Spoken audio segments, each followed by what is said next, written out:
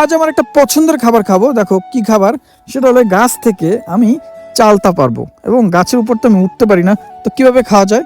তারপর কোনো একভাবে আমি একটা চালতার ব্যবস্থা করি এবং চালটাটা কাদা মোদা মেখে যায় এবং সেটা পুকুরে নিয়ে ধুয়ে ফেললাম এবং খুব সুন্দরভাবে ধুয়ে আমি অলরেডি রেডি হয়ে গেছি। এখন আমি দেখো এখানে কি কি আছে আমি বুঝে দিচ্ছি। এটা হলো মরিচ, লবণ, চিনি এবং সরিষার তেল, এবং এটা তো কাটতে হবে তাই না। এবার আমি সুন্দর করে ভালো করে সময় নিয়ে কাটছিলাম।